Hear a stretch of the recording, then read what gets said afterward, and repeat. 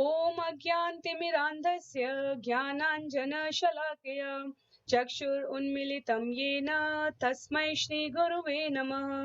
श्रीचैतन्यमनोभीष्टं स्थापितं येन भूतले स्वयं रूप कदा मह्यं ददाति स्वपदान्तिकं। वन्देऽहं श्रीगुरो श्रीयुतपदकमलं श्रीगुरो वैष्णवांश्च श्रीरूपं साग्रजातं सगण रघुनाथान्वितां तं सजीवम् साद्वैतं सावधूतं परिजनसहितं कृष्ण चैतन्य देवं श्री राधा कृष्ण पादान् सगण ललिता श्री विशाखान्वितांश्च। हे कृष्णा करुणा सिंधु दीनबंधु जगतपते गोपेश्वर गोपिका कांत राधा कांत नमोस्तुते। तप्त कांचन गौरांगी राधे वृंदावनेश्वरी वृषभानु सुते देवी प्रणमामि हरिप्रिये। वाञ्छा कल्पतरुभ्यश्च कृपा सिन्धुभ्य एव च पतितानां पावनेभ्यो वैष्णवेभ्यो नमो नमः। जय श्री कृष्ण चैतन्य प्रभु नित्यानंद श्री अद्वैत गदाधर श्रीवासादि गौर भक्त वृंद। हरे कृष्णा कृष्ण कृष्णा हरे हरे हरे राम राम राम हरे हरे। हरे Krishna Krishna Krishna Hare Hare Hare Ram Ram Ram Hare Hare. So Hare Krishna, Dandavat pranams to everyone. We welcome you all on day 8 in this journey of 18 days, 18 chapter. Today we are going to study here and introspect about the chapter 8, which is named as Attaining the Supreme. So yesterday what we learned in chapter 7 was about knowledge about the absolute knowledge. Today, how to attain whom, about whom we have learned yesterday. So we will go through a quick summary of chapter 7 just to make sure that we all understand the continuity of why and how these chapters have been arranged in this particular pattern. So Shloka 1 to 3 in chapter 7 was about hearing, importance of hearing. If you want to hear about Lord, hear directly from him. Know about Krishna from Krishna. He also mentioned that out of all the processes, Jnana Yoga, Dhyana Yoga, Karma Yoga, Bhakti Yoga is the supreme. Other processes are incomplete without Bhakti, because even after we do all the processes, all the yoga, what is the end result? End result was to purify the heart, to make the mind fixed, bring all the concentration back to the one point, get rid of all kind of sense gratification. To do what? To do the service for Lordship, to know about Krishna. And in the Bhakti Yoga, that happens automatically, because right from the beginning, all our senses are engaged. Right from the beginning, anything or everything we do is for the Lord's satisfaction. So sense gratification already vanquishes in devotees' mind, heart, and action. Then Shloka 4 to 12, we came to know about source of everything. Krishna explained why I'm saying that here about me, from me, because you want to know about matter, you want to know about spirit, you want to know about controller of all these matter and spirit. So there are only to say for this world is made up of two things, matter and spirit. Matter meaning all the things around this worldly things, right? And then spirit is about Atma, Paramatma, soul, super soul. So Krishna says from Shloka 4 to 12, it is me who is in the air, water, fire, anything or everything you can imagine. So let me acknowledge here, admit here, ascertain here, confirm here for you that I am the source of everything. I am to be known from whatever mode you want to know. It is me who should be known to everyone, to live peacefully, to get out of this cycle of birth, old age, disease, and death, and be very very clear about life after life. So then Krishna goes from Shloka 13 to 19 to explain about what are four types of people. Those four types who will worship me, those four types who will not worship me. So Maya, Pihata Jnana, Mudho, Naradhama, Nastika. These were the four categories who will not. Then Artha, Jigyasu, Artharthi, Jnani. These were the four categories where Krishna confirmed that they will worship me. So moving further, shloka 20 to 28 was all about 30. Around 10 shloka, it was all about when you start worshipping, then you opt for certain modes. You opt for worship through demigods, some opt for worship through pretas, or that black magic and all those things. But the end result of all is they also give you the benediction of anything. They also benefit you through my uh, sanction. Without my sanction, they are not able to give you any kind of benediction. So like Shiva, like Brahma, like different demigods, none of them, not even a single story in the scriptures can reveal the fact that here Brahma or Ganesha or Shiva or Durga or any demigods, any of our worshipable demigods, they gave liberation, they gave uh, attainment of Vaikuntha. No, they said we cannot. They give you ever eternal. They made you eternal, like live ever after. No, cannot, because they themselves do not have that authority. Even Brahma's days are fixed, Brahma's years are fixed, demigods' years are fixed. Even when people elevate from this material world, they can reach to the demigod's position. They can honor those positions. They can become Vayu Dev, Agni Dev. They can become Sun God, Fire God. They can attain that position. Shastras confirm it. So that's why Krishna says that end attainable, end source of everything, from where it originates, where it annihilates, where it is merged, where it is whatever you can think of is actually through me. So that's why the last shloka of chapter 7 is साधिभूतादिदेवं मां साधियज्ञं च ये विदो प्रयाणकाले अपि च मां ते विदुर्युक्तचेतसा. So I am the end result of all kind of yajnas, all kind of pious activities, everything. So that's why we will move. Now we know the knowledge of the absolute, so we will move to how to attain that absolute, how to know that supreme. So today's chapters, shlokas, can be classified into these four broad categories. Shloka 1 to 4 is doubt. So Arjuna keeps pondering upon the facts, just to be crystal clear, just to be very fixed, very determined. And then Shloka 5 to 8 is end of life. What should we do at the end of life? How to practice to end this life, to obtain the result of once the life ends. All this will be in these four precious shloka of this chapter actually. Shloka 9 to 22 talks about attaining the supreme. So there are various modes of attaining as we have known in chapter 7. So where does a person go after that depends on what kind of criteria or checklist the body fulfills. So who attains what?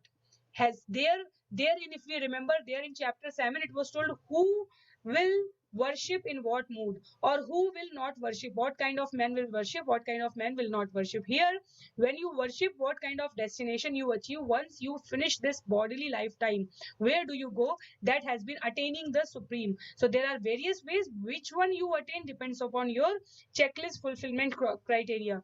Then shloka 23 to 28 is all about the devotion. So if you see the sequence, now we have reached to chapter 8.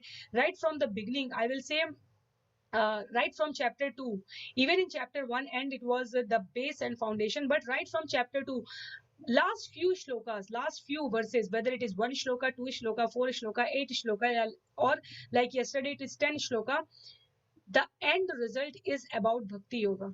Why is it that? Because that is the prescribed mode. So here also, what is the significance of devotion, we will come to know. Srila Prabhupada in very elaborately, mercifully, graciously has expanded these last shlokas purport in his book to make us feel very clear.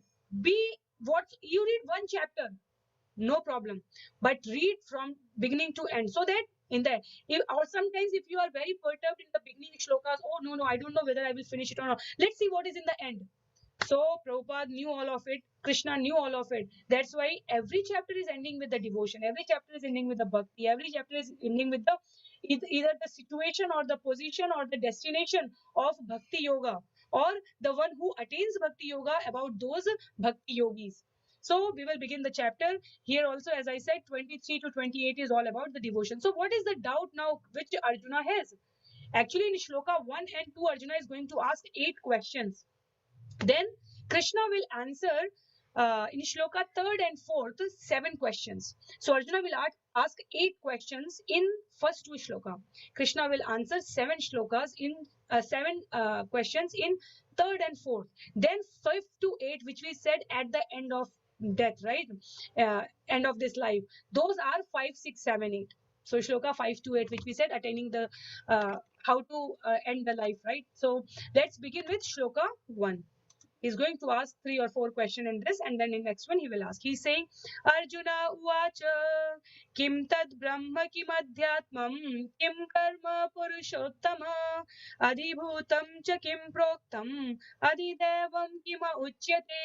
Arjuna inquired, O my Lord, O Supreme Person, what is Brahman? First question. What is the self? Second question. What are fruitive activities? Third question. What is this material manifestation? Fourth question. And what are the demigods? Fifth question. Please explain this to me.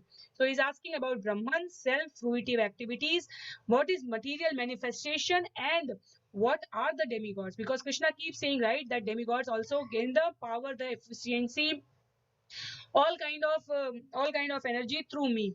Then shloka 2nd says, where where Arjun is going to ask remaining 3 questions. Adiyagya katham ko atra dehe asmin madhusudana prayane kale cha katham geyo asi niyatatmabhi. Who is the Lord of sacrifice? Krishna has said in chapter 5, shloka 29. Krishna has said in chapter 7, shloka 30. I am the end destination through all the yagyas. He says that. Bhoktaram api. So I am that Bhoktaram. So that's why Arjuna is asking here, who is the Lord of sacrifice and how does he live in the body? O Madhusudana. And how can those engaged in devotional service know you at the time of death? So like we keep hearing some abbreviation form of anything, right? After all the entire lecture, the lecturer finishes, the student asks, what is the full form of this? So that's why Arjuna is asking here, you keep saying those devotees. So those who engaged in devotional service, how do they attain you at the time of death? So now Krishna is going to reply in chapter 8, shloka 3 and 4. So these are the questions. Just take away points. We can have a quick glance. What is Brahman? So Krishna will answer. The indestructible living entity is Brahman. So Atma Paramatma is Brahman. What is Adhyatma? The living entity's nature, which is to serve. So our constitutional position is to be in the mood of servitude. This is what Krishna says. So what we can do is we can go through the shloka first, then we can come to the answers of all the 7 questions, and then we'll discuss the 8 questions as we said. So shloka 3 is Shri Bhagavan Uvacha Aksharam Brahma Paramam Swabhavo Adhyatma Uchyate Bhut Bhavodbhava Karo Visarga Karma Sangita. The Supreme Personality of Godhead said, the indestructible, transcendental living entity is called Brahman, and his eternal nature is called Adhyatma, the self. Action pertaining to the development of the material bodies of the living entities is called karma or fruitive activities. So let's go back to the previous slide now. So Brahman, the indestructible living entity. What Krishna says, the indestructible transcendental living entity is called Brahman. Second question, what is Adhyatma? The living entity's nature, which is to serve. Whatsoever we are doing, we are serving, right? So that's what Krishna says here. Eternal nature is called Adhyatma, the self. We have already heard it, but we'll just for the sake of our own revision, we will say it again. Either we will be serving the Lord, which is actually the actual task of these senses, or we will be serving this material body, this material nature. So either to serve the way we say in Hindi is either we serve the Jagat or we are serving Jagadish. So the Jiva, all of us, either we have the option to serve the Jagat or to serve the Jagadish. It doesn't change our self, our nature. Nature is to serve. We need to choose. We want to, in this material world, old age, birth, death, disease, getting punished by Durga Devi for our punishable actions through Adi Devik, Adi Bhautik, Adhyatmik, or we want to go back to the Godhead, our ultimate destination, by serving the Lord self. So going further, what is the third answer? The third answer is action pertaining to the development of the material bodies of the living entity is called karma or fruitive activities. So this was the third question. What is karma? The reaction that forces the living entity to take a material body, because the Krishna is clearly saying sakam karma, the karma with fruitive activity. We want to enjoy it. We want the result of it. So when we were studying about three types of karma in chapter 5, karma, akarma, and vikarma, if we remember correctly, what is sakam karma? The word which we use very commonly. Whatever we do, we want the end result. Akarma, do everything for the do everything and surrender the result to Krishna. Vikarma, Kalidas, the one which, when a person performs, is even not aware whether it will help me or it will harm me. So that is called vikarma. So fruitive activities, sakam karma, is what Krishna is saying. Is actually it compels us to take birth again and again. Then the fourth question was fourth, fifth, sixth, seventh are Adibhuta, Adideva, Adigyana, and where he resides. So we'll go to fourth shloka first, and then we will discuss the replies given by Krishna to Arjuna. अधिभूतं शरो भाव पुरुषश्चाधिदेवतम् अधियज्ञो अहमेवात्र देहे देह कृतांबर. Adibhutam, O best of the embodied beings, the physical nature which is constantly changing is called Adibhutam, the material manifestation. The universal form of the Lord, which includes all the demigods like those of the sun and moon, is called Adhideva. And I, the Supreme Lord, represented as the super soul in the heart of every embodied being, I am called Adhigyana. So we have three important words here. What is that? Adhibhuta, Adhideva, Adhigyana. Who is Adhigyana? The Paramatma, the super soul who is residing in everyone's heart, is Adhigyana. Who is Adhideva? Virat form of Krishna, which will come in somewhere in chapter 11, I guess, right? That is Adhigyana. Adhigyana is the part of our super soul, part of the Lord, which is called super soul. Then Deva is that Virat form through which all the demigods appears, which includes all the demigods itself. And then Adibhuta, this material world which is ever changing, the physical nature which is constantly changing, is called Adibhuta. So Adibhuta is the changing material world. Adideva is the Virat Rupa where all the demigods reside. Jnana is our super soul. So Krishna is replying here. Krishna is saying Krishna is saying Adibhuta, the ever-changing, fourth point, the ever-changing material nature. Adideva, he who presides over all the demigods and their planets. So Deva means the one who is the residential destination for all the devas, is Devata, Adi Devata. Adi Jnana, inside our heart, right? As the super soul, the Lord of all sacrifices.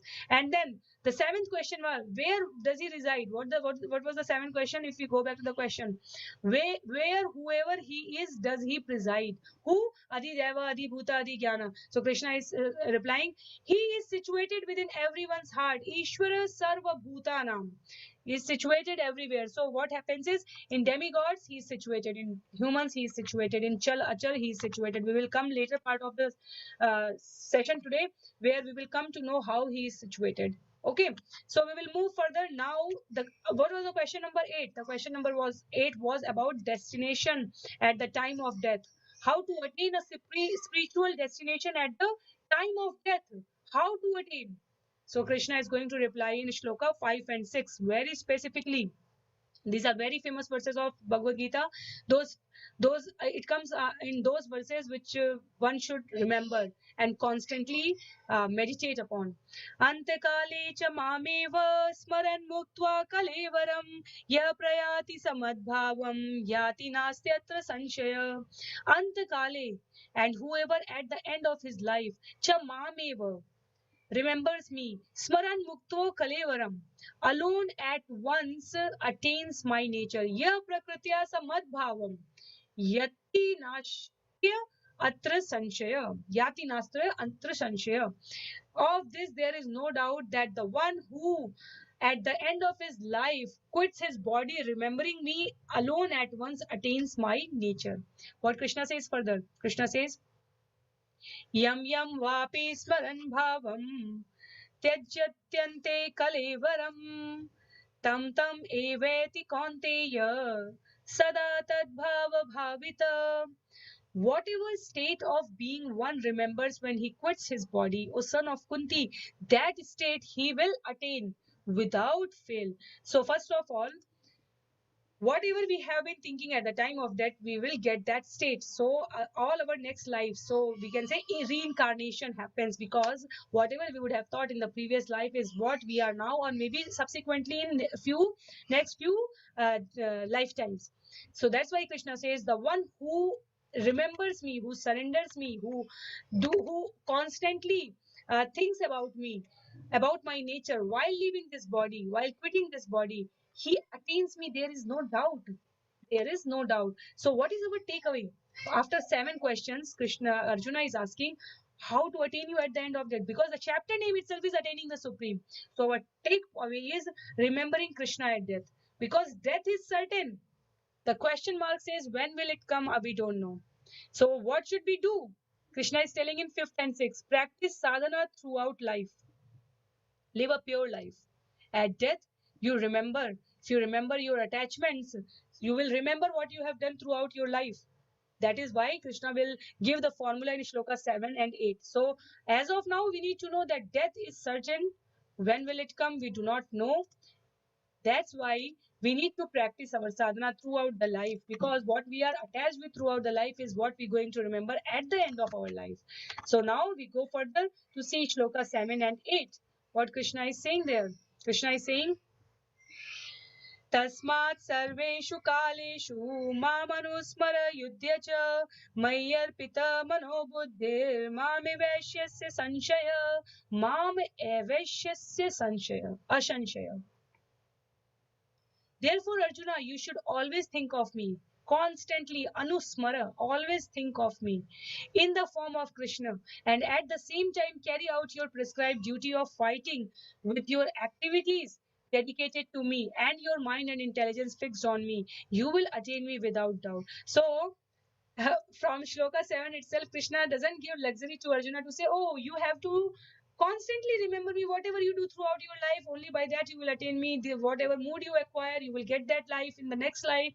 He says, no, no, no, no. Don't get confused. What you need to do is think of me in the form of Krishna, and at the same time, very clearly, Krishna is saying in shloka 8.7, what is saying? Carry out your prescribed duty of fighting. So in the figure we can see this fourth picture. We can see if you are a brahmana, if you are a kshatriya, if you are a vaishya, if you are a shudra, if you are a scientist, teacher, scholar, researcher, if you are defense personnel, administrative personality, if you are entrepreneur, corporate personnel, or if you are in the hospitality services. Shudra means hospitality services, serving. So Srila Prabhupada says everybody is serving, so everybody is shudra, right? So that's why what Srila Prabhupada has given us is one God, one mantra, one way of worshipping Him. What is one God? Supreme Personality of Godhead, Krishna. What is one mantra? Hare Krishna, Krishna Krishna, Hare Hare, Hare Ram, Ram Ram, Hare Hare. What is one way, one method, one process? Bhakti Yoga. What is it? These combination of one will make. Follow one. Disciplic succession. All this one constitutes and help us to unite the entire world. One. Otherwise, somebody is fighting for some different. One caste. Everybody is Shudra. Because the meaning of Shudra as per Shastra is the one who is serving, and all of us are serving either our senses or Supreme Personality of Godhead. We may be serving through different bodies in different mood, but in the end we are serving. So if we follow Srila Prabhupada's this one principle of just following what he has stated, he has just taken out the crest, just the summary, just the arc of this entire Shastras. So if we just follow one Srila Prabhupada, follow just one his book, follow one his principle, everybody in this universe can be united. So United Nations actually mean when we try to unite the people, not to disintegrate the people or the places or the based on different kind of discriminations. It is about to unite, and unite means we need to have something as one. So when people say Shudra, then it should not be offensive, because all of us are Shudras. That gives us so much comfort, you know. We tell people, you are not better than us, we are not better than you, all of us are one and the same. But that all of us one and same doesn't mean we all are God. It means all of us are meant to do only one task, to please the God. And that's what Krishna says in Shloka 8. What does he say? Abhyas yoga yuktena chetasa nanya paramam purusham divyam yati parthanu chintayan. He who meditates on me as the Supreme Personality of Godhead, his mind constantly engaged in remembering me, undeviated from the path, he, O Partha, is sure to reach me. So, Chapter 7, Krishna says, want to know about me? Hear from me. Chapter 8, Krishna says, want to attain me after knowing me? Hear from me. Me. These is shloka. That's why he said it is coming right to the mouth of Lord. Chapter 7, chapter 12. All the way from 7 to 12 is about the Lord. Virat Rupa, what is how to attain knowledge of the absolute. So this 7 and 8 helps us to prepare for the death, the question mark we saw. This exam is certain to happen.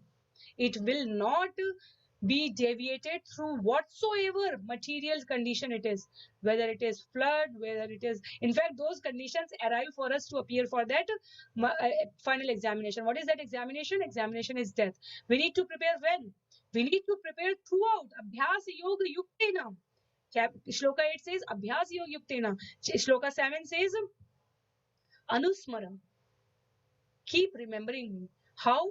Practice to keep remembering me. So this shloka 5 to 8 overall, like we took the summary of 5 to 6, we have the summary of 7 to 8 here. Anusmara, must always remember Krishna. And Abhyasa, shloka 8, the most effective means for fixing the mind on Krishna. So we are seeing two devotees example here in this takeaway. The right side is the Gajendra.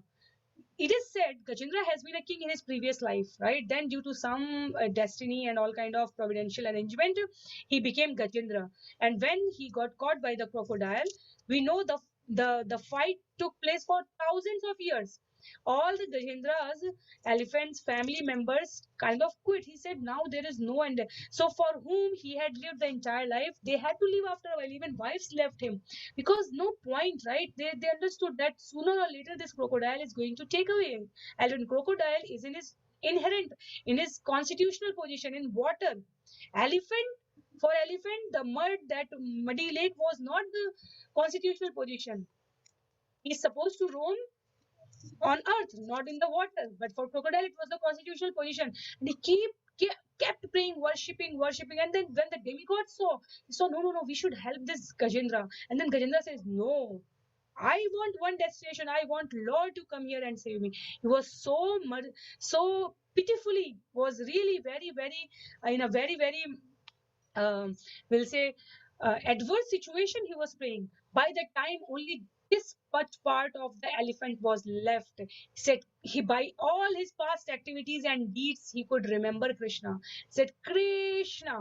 And Shastras say by the time he said Kri, Krishna was in Vaikuntha Loka. By the time he said Ra, Krishna was already in front of him. He took Garuna so fast. This is how Acharyas tell us. If you see the left side of this story, left side of the story is of our Jad Bharat. Jad Bharat was a very great king. He left entire kingdom, handed it over to the qualified ministers and sons to say that I am going to attain the Supreme now. And what did he do? He came to the hermitage. He stayed with the rishis, munis, all the people doing the meditation. He wanted to just focus all his rapt attention on Krishna. And then one day he got a deer cub. And what did he do? He got so much involved in the protection, take care, maintenance of that deer, that at the time of death, he was in fact not thinking about why did he left the entire kingdom. He was only thinking about the deer. And that's why when he attained the next body, he attained the body of a deer.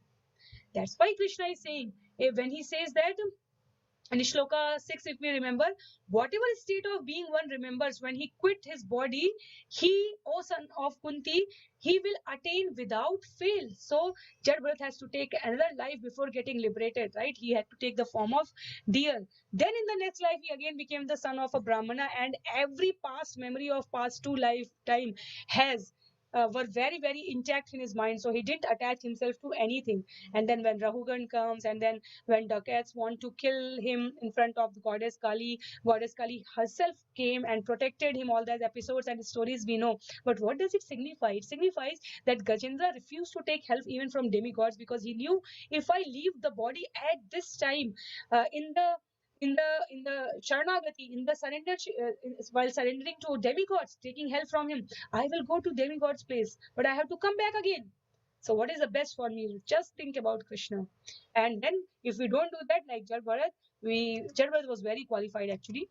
That's why he has been described in the Srimad Bhagavatam. But if we don't do that, we do not know where we will be roaming in this universe of 8.4 million species. We are going to see that later. So now Shloka 8 and 9, what it will talk about. Just take a background first. So Krishna is the chapter name is Attaining the Supreme, the absolute knowledge which we came to know in the previous chapter, how to attain it. So as we know, there are four ways, four processes: Jnana Yoga, Dhyana Yoga, Karma Yoga, and Bhakti Yoga.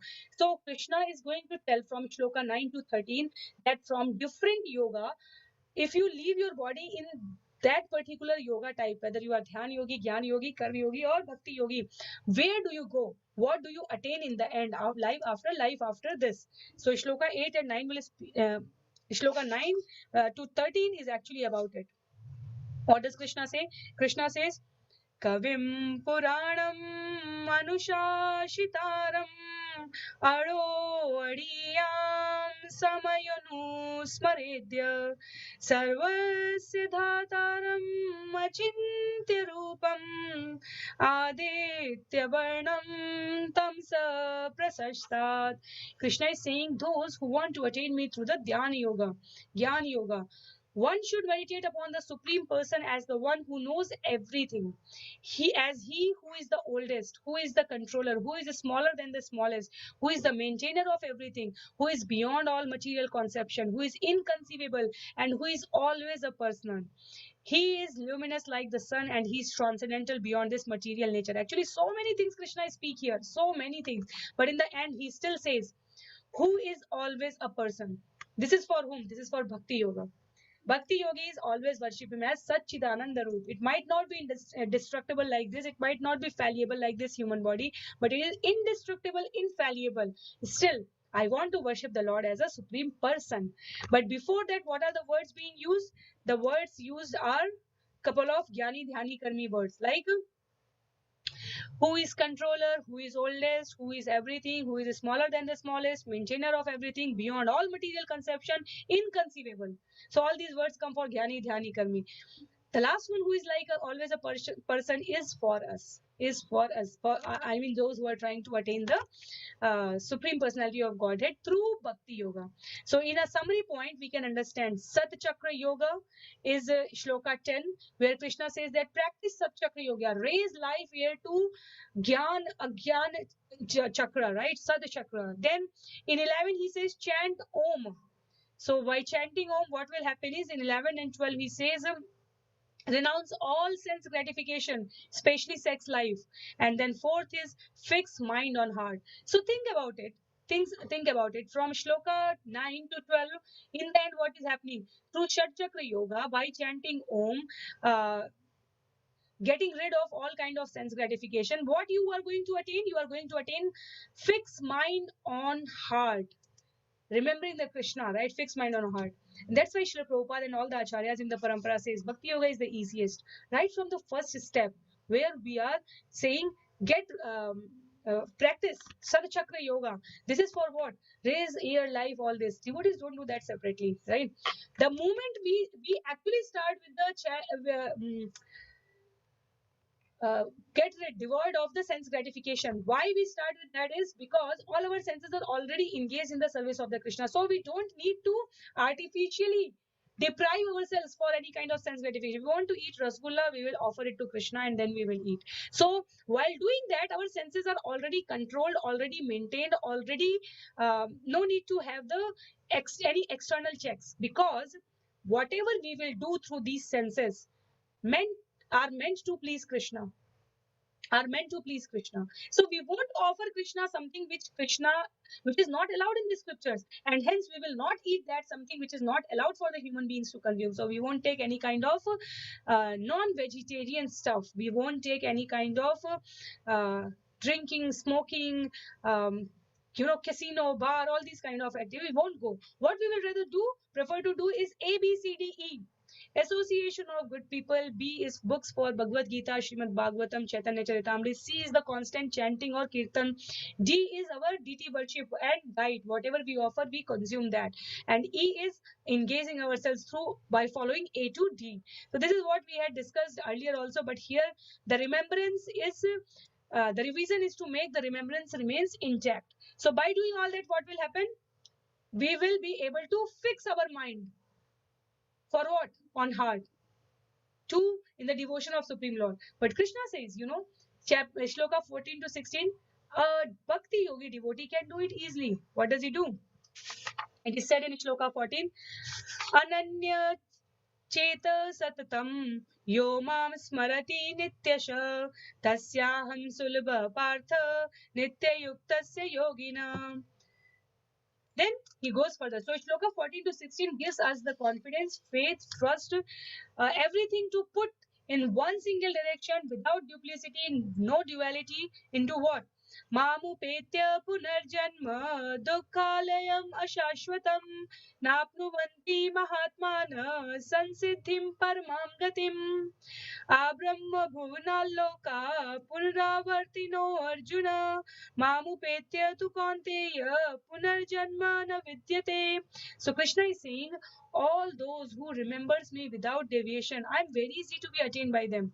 Krishna nowhere speaks I am easy to be attained, right? Only for bhakti yogis, only for devotees, he says I am easy to be obtained. Tulsidas ji has spoken, right, that getting this human life itself is the rare thing. What to speak about good association into it? Because the moment we get the good association, we won't try to remain in this material world. If we can really extract out the juice, the crest, the summary of the association, it is to be constantly engaged in devotional service. And then Krishna says in 15 and 16 that those from the highest planet in the material world down to the lowest, all are places of misery, wherein repeated birth and death definitely takes place. But on one who attains to my abode, O son of Kunti, never takes birth again. So this is the glories of bhakti. Who attains to my abode, O Kunti, never takes the birth again. So what is the perfect, what is the highest purification? To Shloka 15, devotion, yogis in devotion never return. We are seeing these two examples, the great examples. The right side is our Madhavendra Puri and the left side is our Sudama. Bhakti purchases Krishna. Krishna is coming as a coward boy to offer some milk to Madhavendra Puri, who has kind of chosen not to take until he finishes his rounds. And since he didn't go to ask for any kind of alms. And then Krishna himself gives in Vrindavan that nobody stays hungry in my village. Oh Baba, you please take it. And then Madhavendra Puri takes that milk and Krishna says, I'll come back and collect that pot. But he doesn't come. And then Madhavendra Puri thinks, who is he? Who was he? But a devotee may not consider himself to be qualified to receive this direct mercy of Krishna in this way. But those who are devotee of the devotees, that's why all our acharyas pray not to be the devotee of the God. They say, we want to be the devotee of the devotee of the devotee. Why? Because it is really difficult to attain Krishna. So someone who has attained, he will have the very clear vision how to attain Krishna. So if I will be the devotee of that devotee, like our Rupa Manjari is the devotee, is the Sakhi of Lalita Sakhi. And Lalita Sakhi comes into the top 8 devotees, Sakhis of Radha Rani. So Rupa Manjari, he is actually the Manjari, our Rupa Goswami is a Rupa Manjari. And whatever Rupa Goswami has written is incredible. Srila Prabhupada used to keep our Shad Goswamis writings all the time with him, all the time. So the point here is the glory of bhakti is that bhakti can perceive Krishna. Nobody can be greater than Krishna, but Krishna gives himself to those who are constantly in the bhakti. Then it cannot be checked, meaning to say that bhakti cannot be stopped just by any kind of material difficulties. So whether you are in forest or you are in home, whether you are in the lift or the escalator, at office or in your room, in your courtyard, in the battlefield, in the farm field, anywhere you are, you can just have the chanting Hare Krishna, Hare Krishna, Krishna Krishna, Hare Hare, Hare Ram, Ram Ram, Hare Hare. And that does what? That purchases Krishna, that brings the peace, that brings the prosperity, that gives you all the results which one can think of from the Shastras as the Sukriti. So um, now, as I said, so this is the glories of Bhakti from 14 to 16. So 17 onwards, because we talked about four types of yoga, right? So depending on four types of yoga, there will be four types of yogis. And then Krishna will tell, before telling where do they go, what do they attain, Krishna will tell very clearly that whom we are going to approach first, right? So as Krishna has started giving the little bit, Srila Prabhupada through his purpose via Krishna's shlokas in Srimad Bhagavad Gita has given us glimpse here and there of this entire creation. So shloka 17 to 21 is about that. What does it say? It says all kind of destinations one may achieve. It only is not confined to the Vaikuntha.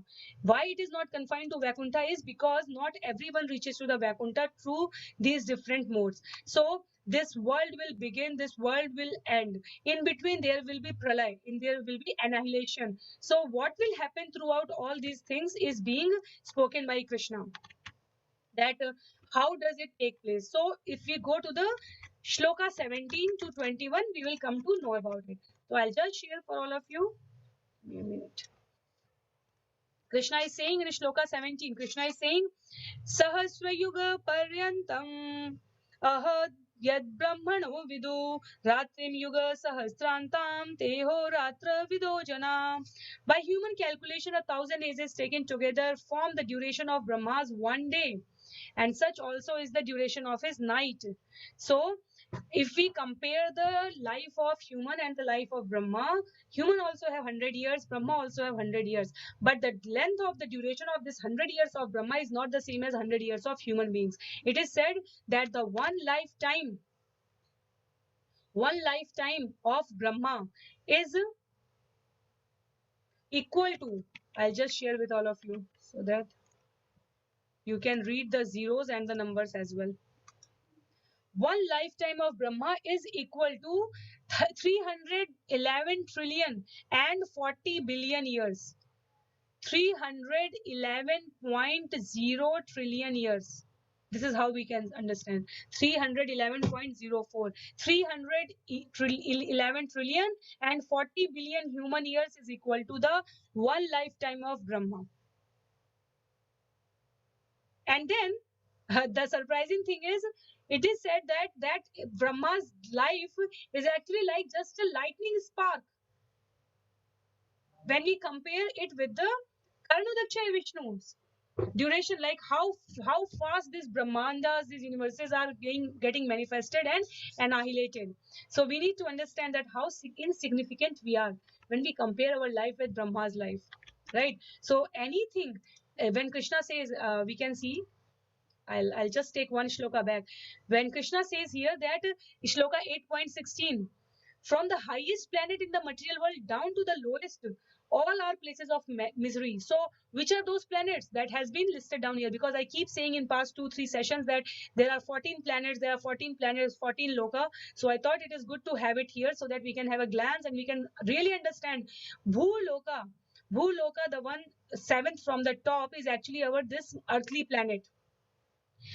Below Bhuloka, there is Atal, Vital, Sutal, Talatal, Mahatal, Rasatal, Patal. So Patal is the most downward, right? The last in the We'll say the most degraded loka in 14 planets. And then above Bhuva Loka is Bhuvar Loka, what we call Antariksha.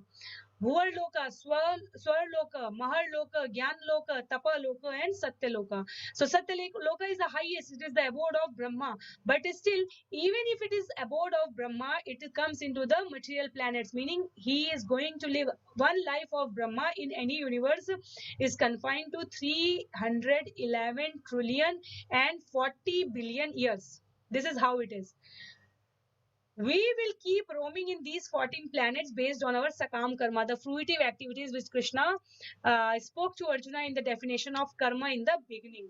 So the takeaway for us is whatever mood we have been living throughout the life, if we are eating meat, somebody else will be eating us in our next life. So you can see the upward is the while getting the human body, how do we spend the time? Then correspondingly, we will attain the position in our next lifetime, life after life. What it is, if we are a lusty person, we'll become doggy. If we are a lazy person, we will become a polar bear. If we are envious person, we'll become snake. If we are body exposing person, we will become trees. If we are eating meat, we will become an animal that somebody else, the higher animals will eat us. How credible it is. Our Shastras has given us everything. Only some acharyas like Srila Prabhupada in disciplic parampara can bring all of this in one place. Else it is so difficult to grasp. Even we can't remember all of it. That's why Krishna says that we need to satata yuktanam, abhyas yogenam. Why? Because if we do that, only then we will be able to attain Krishna at some point of time. Then Krishna goes further from 18, 19, 20, what he is going to do, because in 17 he told about Brahma. So 18, 19, 20 is, people may ask the question that why did he created such a messy place, right? So the answer is, when Lord imagined this universe, right, this universe and everything about the Nitya Loka and this physical material world, he made this Bhuloka as the prison house. Like when we plan a city, we make hospitals, we make libraries, we make parks, we make cinema houses, we make food, restaurant, courts, all these things, we make the prison house as well. So this material world is called the prison house, because Krishna is saying, if you remember, in Shloka 15 and 16, he has said, they return to this temporary world, Shloka 15, which is full of miseries. And then in 16 he says again, from the highest planet in the material world down to the lowest, all are places of misery.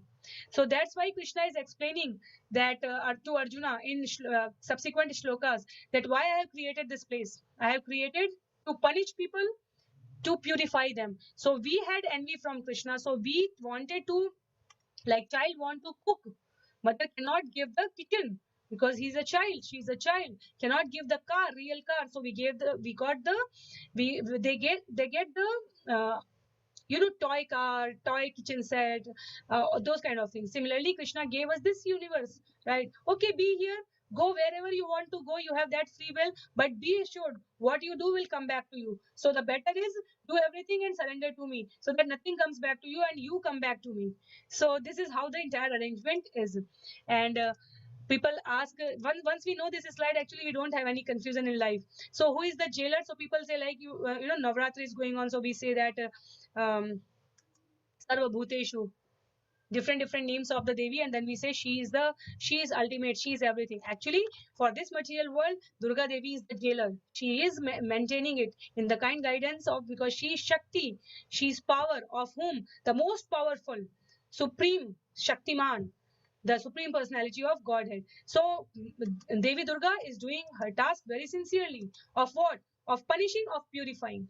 She is jailer, right? And how does she punishes us? So to get the punishment, to give the punishment to the material entities, Krishna has given three types of material, three modes of material nature: Adi Adhyatmika, Adi Bhautiki, and Adi Daviki. So these trident are the three things through which she helps us to get the punishment quota whatever is our quota of punishment, right? And then at the same time, when we get the punishment, we should immediately, she pushes us towards the Lord. So we should try to act in the purification way.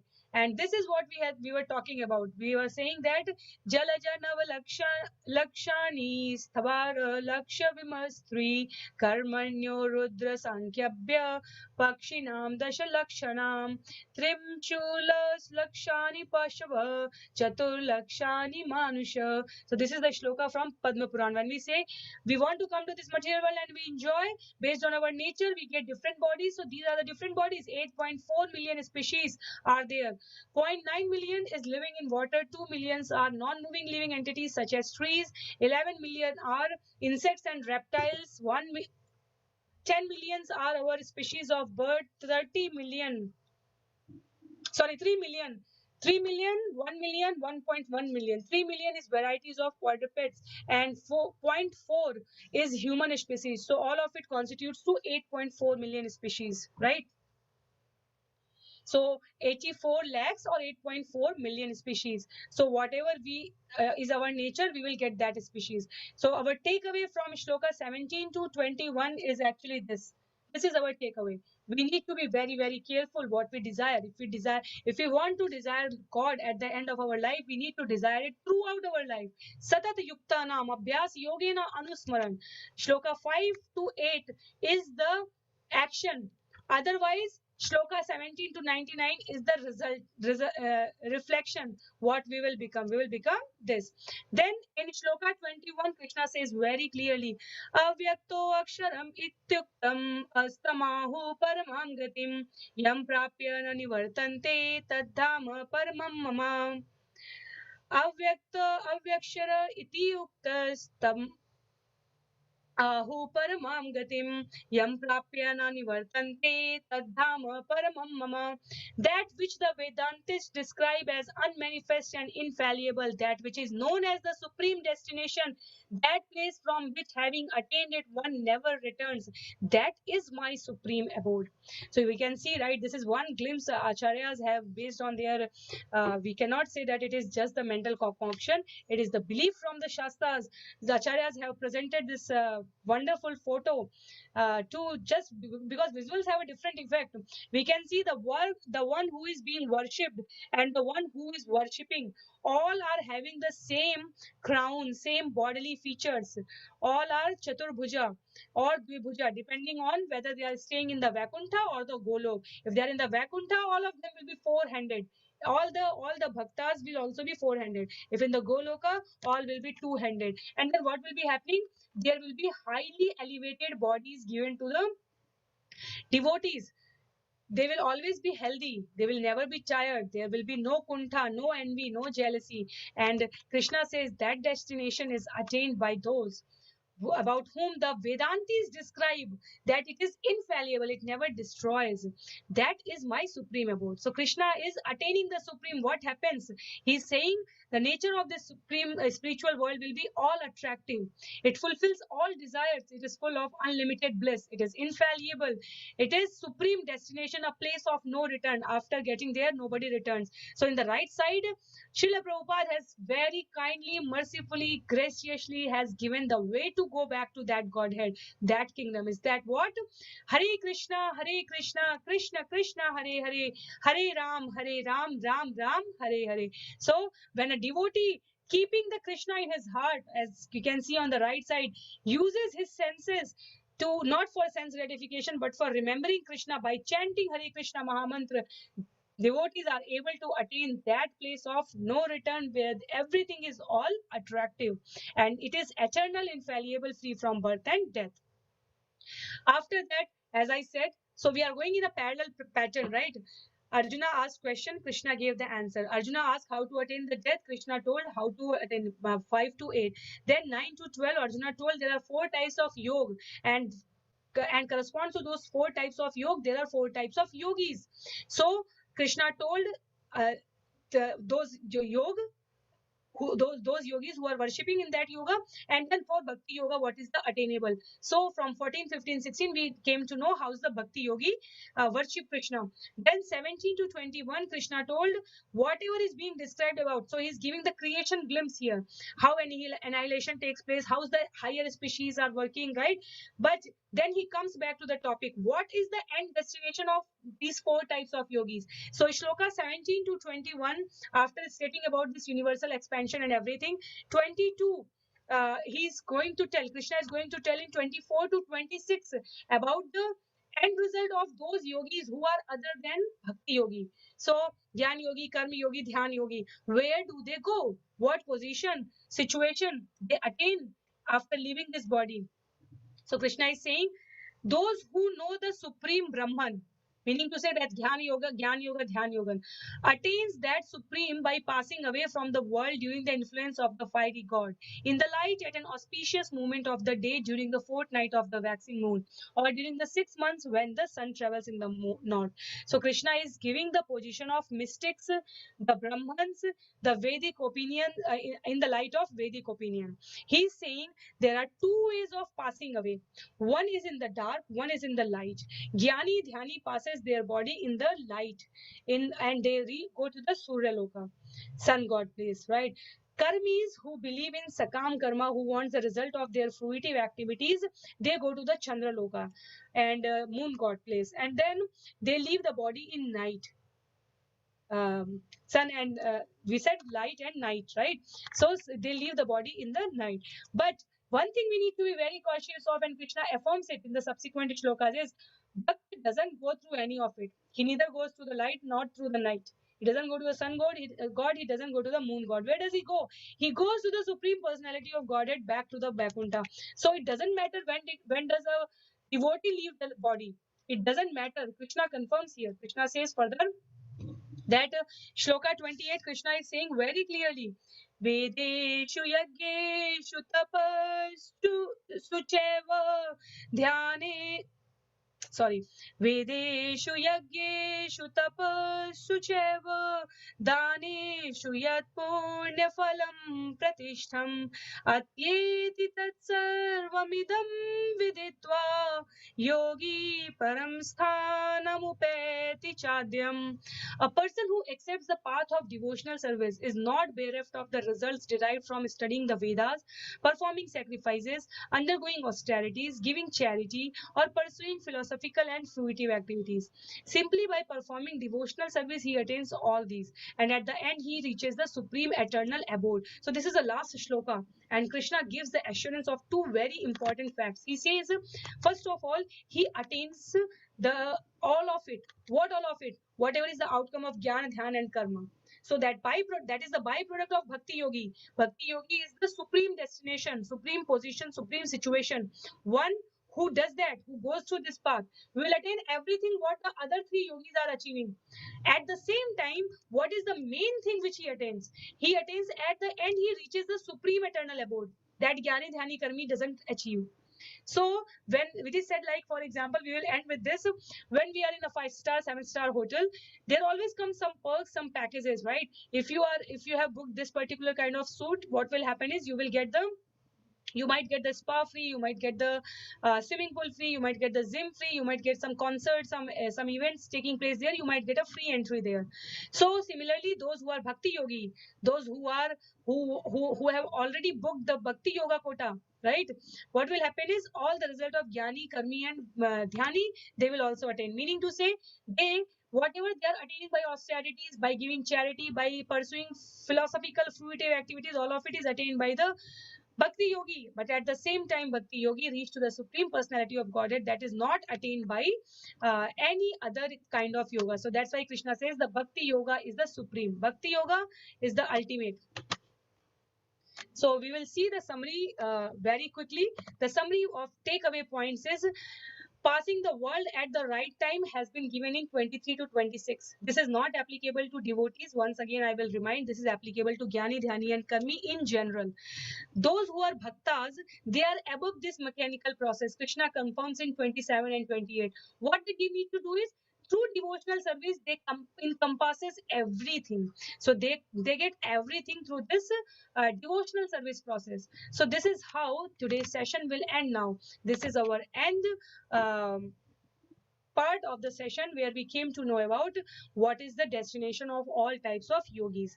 So I will request again, if you want to study more in detail, please refer to Bhagavad Gita as it is, book written by Bhagavad Gita as it is, book written by Srila Prabhupada, ISKCON founder Acharya.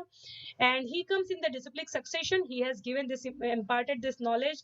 He received it through his acharyas, and he has circulated in his succession, in his disciplic process to all of us. So in his kind guidance, through the mercy of our Guru and Acharya, we are trying to present it. If you find anything objectionable, anything, any feedback, any correction, feel free to reach out through chat, WhatsApp group, or you can give me the personal feedback. Everything is all right, as long as you are listening it, you are paying attention to it, and you are willing to implement it in your life. So in the kind guidance of the merciful guidance of our acharyas, again we will remember Srila Prabhupada ki jai, Srila Gurudev ki jai, Ananta Koti Vaishnav Vrinda ki jai, Hare Krishna. So tomorrow we are going to begin the chapter 9, which is the most confidential knowledge. So it is going in a very nice sequence. The naming of the chapter is also very critical and important. So chapter 8 with 28 shlokas finished today, and in this very confidential group of 6 chapter 7 to chapter 12, we will discuss chapter